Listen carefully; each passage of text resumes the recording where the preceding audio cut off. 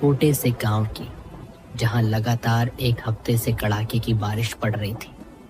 इस गांव में बिजली की समस्या थी, जिस कारण लोग रात को अपने अपने घर में डिबिया या फिर मोमबत्ती जलाया करते थे। इस गांव के लोगों में एक दूसरे के प्रति बहुत इखलास और प्रेम भाव था। सभी लोग एक दूसरे की हर कामों में मदद करते थे। सभी लोग अपना घर चलाने के लिए गांव से बाहर खेतों में थोड़ी बहुत खेती बाड़ी करते थे, जिससे उनका घर अच्छे से चल सके। अब जून का महीना लगभग खत्म ही होने को चला है और बरसात का मौसम चालू हो चुका है।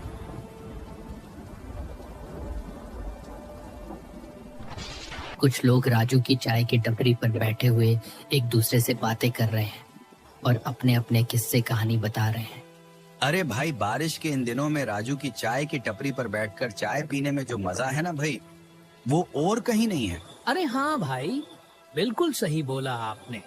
इन दिनों तो बस यही जी करता है कि पूरी रात राजू की टपरी पर बैठकर चाय पीते पीते और बातें करते करते ही बीता दूं।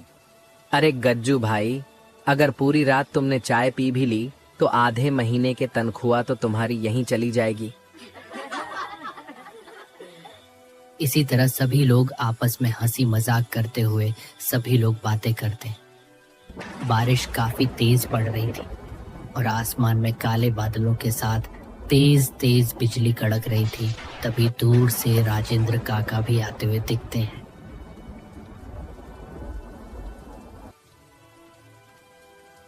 अरे राजेंद्र काका, कहाँ से आ रहे हो? भीगते हुए इतनी तेज बारिश में बीमार पड़ जाओगे।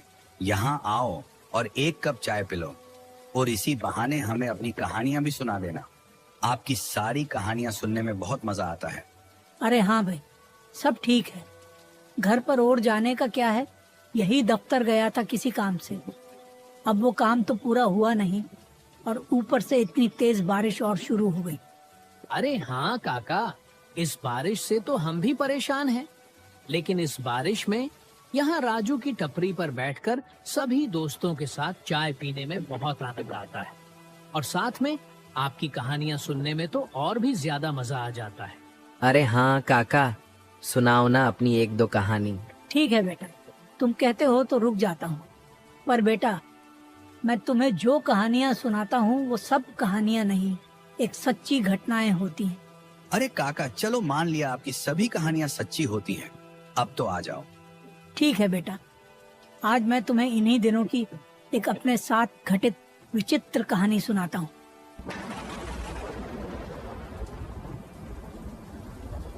अरे भाई राजू, काका के लिए एक कप कड़क चाय लगाओ। तो ये कहानी है उस समय की जिस समय मैं 30 वर्ष का हुआ करता था। काली अंधेरी रातें और उन रातों में तेज बिजली के साथ बारिश पड़ रही थी। मैं अपने दफ्तर से अपने मित्र राम त्रिपाठी के घर जा रहा था। दूर दूर तक कोई भी नजर नहीं आ रहा था, सिर्फ बारिश की बूंदें और चारों तरफ पानी ही पानी। मैं चलता जा रहा था। दूर से मुझे एक व्यक्ति दिखता है। जब मैं उसके पास जाता हूँ और उससे पूछता हूँ, अरे भाई, क्या हुआ? यहाँ इतनी तेज बारिश में क्यों खड़े हो? घर का रास्ता भटक गए क्या? नहीं भाई, रास्ता नहीं भटका, बल्कि घर जाने से डर रहा हूँ, क्योंकि आगे बारिश के पानी से रास्ता बंद है और जंगल के रास्ते से अकेला जाने में डर लग रहा है। वैसे तुम कहाँ जा रहे हो भाई साहब इतनी तेज बारिश में? अरे कहीं नहीं दोस्त, मैं अपने मित्र राम त्रिपाठी के घर जा रहा था। अरे राम त्रिपाठी जी, उनका घर मैंने देखा है। उनके घर को 2 रास्ते जाते हैं, एक सीधा और एक जंगल से होता हुआ। अब सीधा रास्ता तो बंद हो चुका है बारिश के पानी से। अब सिर्फ यही जंगल वाला रास्ता बचा है। थोड़ा दूर पड़ेगा, लेकिन सीधा राम त्रिपाठी जी के घर ही पहुंचेगा और मुझे भी इसी रास्ते घर जाना है। तो दोनों साथ मिलकर सफर तय करते हैं। दोनों साथ रहेंगे तो डर भी नहीं लगेगा। मुझे भी इसकी बातों पर विश्वास आ गया और मैंने भी उसके साथ जंगल के रास्ते से ही जाने के लिए हाँ में सिर हिला दिया। फिर हम दोनों उसे जंगल के रास्ते से ही आगे बढ़ने लगे।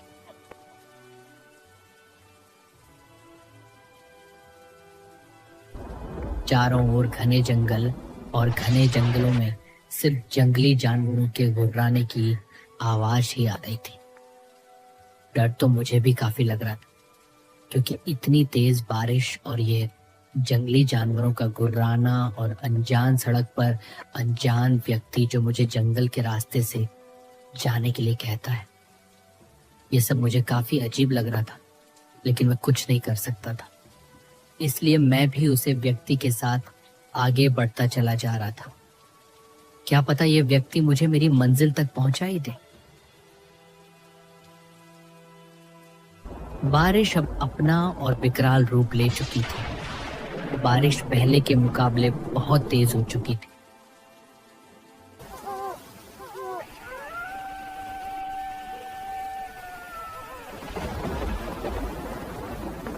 फिर वह व्यक्ति मुझे से बोलता है, अरे भाई, बारिश तो पहले से भी ज्यादा तेज हो चुकी है।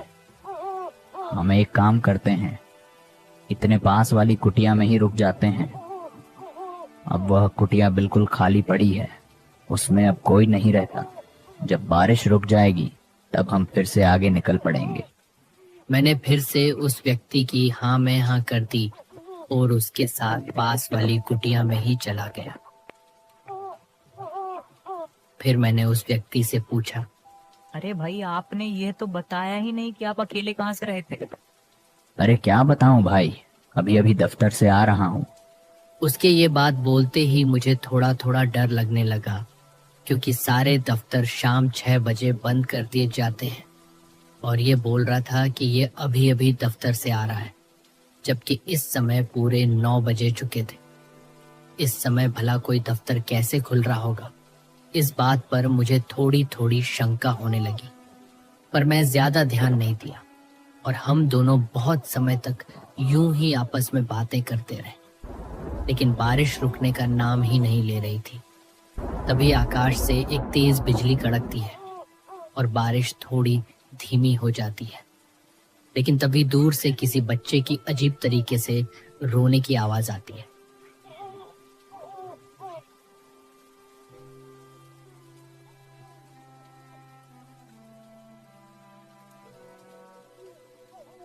पहले तो मैं इसे मन का बहम मानता हूँ, लेकिन तभी वह व्यक्ति भी बोलता है, अरे भाई साहब, कुछ आवाज सुनी आपने, लगता है कोई बच्चा जोर जोर से रो रहा हो। अरे हाँ भाई, आवाज तो मेरे कानों में भी सुनाई दी, लेकिन इतनी तेज बारिश में सुनसान रास्ते पर अपना बच्चा इस तरह कौन छोड़कर जाएगा? मुझे तो ये सब बहुत अजीब लग रहा है। पर भाई, यह भी तो हो सकता है उस बच्चे के साथ उसकी माँ भी हो। इस अंधेरी रात में उसे कोई नजर नहीं आ रहा होगा, इसलिए वह मदद की गुहार नहीं लगा रही। अगर हम पास जाएं तो पता चल भी जाए। हाँ भाई, मुझे भी यही लगता है कि वह बच्चा मदद के लिए ही रो रहा है। कुछ समय तक हम दोनों बाहर की आवाज कौ कान लगाकर सुनते हैं।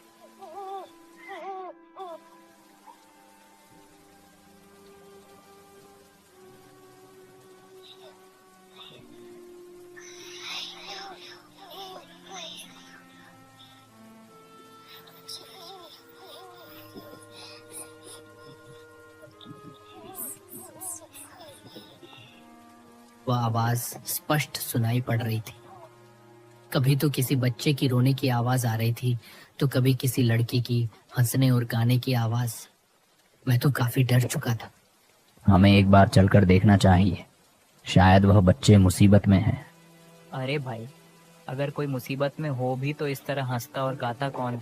मुझे तो ये कुछ अजीब लग रहा है। मुझे कुछ भी ठीक नहीं लग रहा। अरे चलिए ना, एक बार चलने में क्या जाता है, क्या पता वह बेचारे सच में मुसीबत में हो।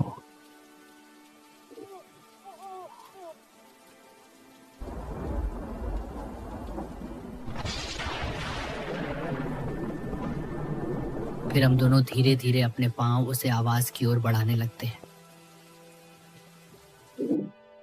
उस आवाज के पीछे पीछे जाते हुए हम एक घने जंगल में पहुंच जाते हैं। इस तेज बारिश की बूंदें शरीर पर सुई चुभना सा लग रहा था। देखिए, इधर से आ रही है ये आवाज। चलो चलो, जल्दी चलकर देखते हैं।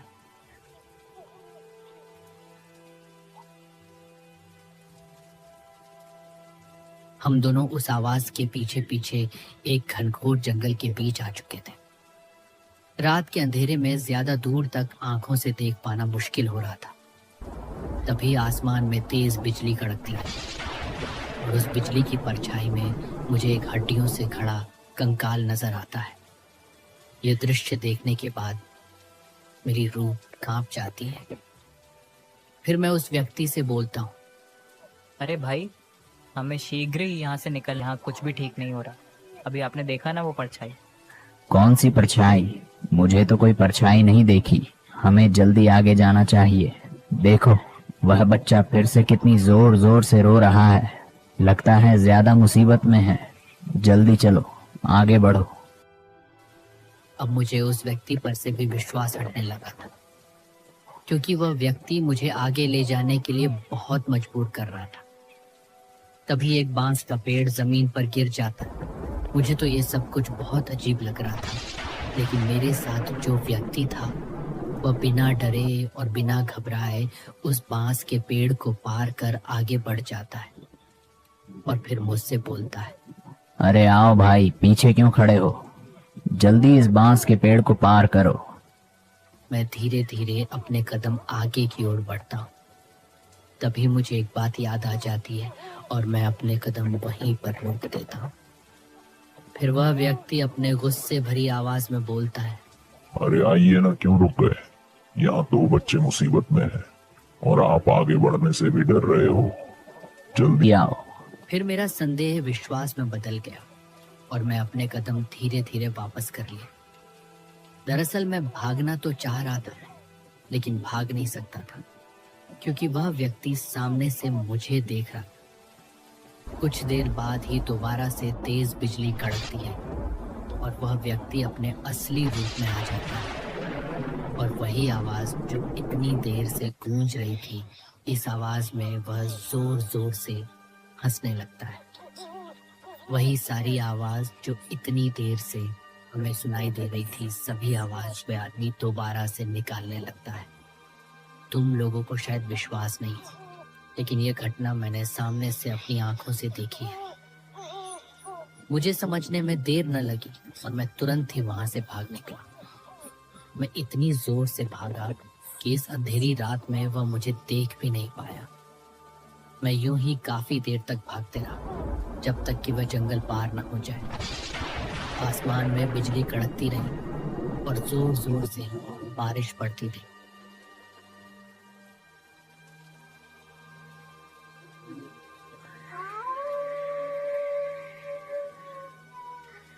थोड़ी दूर जाने पर ही मुझे मेरा मित्र राम त्रिपाठी आवाज लगाता है, अरे राजेंद्र, मेरे घर का रास्ता याद नहीं रहा था किया तुझे? कहाँ रह गया था? इतनी देर हो गई। मैंने सोचा कहीं रास्ते में फंस गया होगा, इसलिए मैं भी तुम्हें ढूंढता ढूंढता यहाँ तक आ गया। मेरे मित्र की ये आवाज सुनकर मेरे दिल को थोड़ी तसल्ली पड़ी और मैंने राहत की सांस ली। फिर मैं अपने मित्र से बोला कि पहले तुम घर चलो, बाद में मैं तुम्हें सारी बात बताता हूँ। अब बारिश भी लगभग रुक ही चुकी थी और आसमान भी थोड़ा थोड़ा साफ होने लगा था। फिर मैं और मेरा मित्र राम त्रिपाठी दोनों उसके घर चल पड़ते हैं।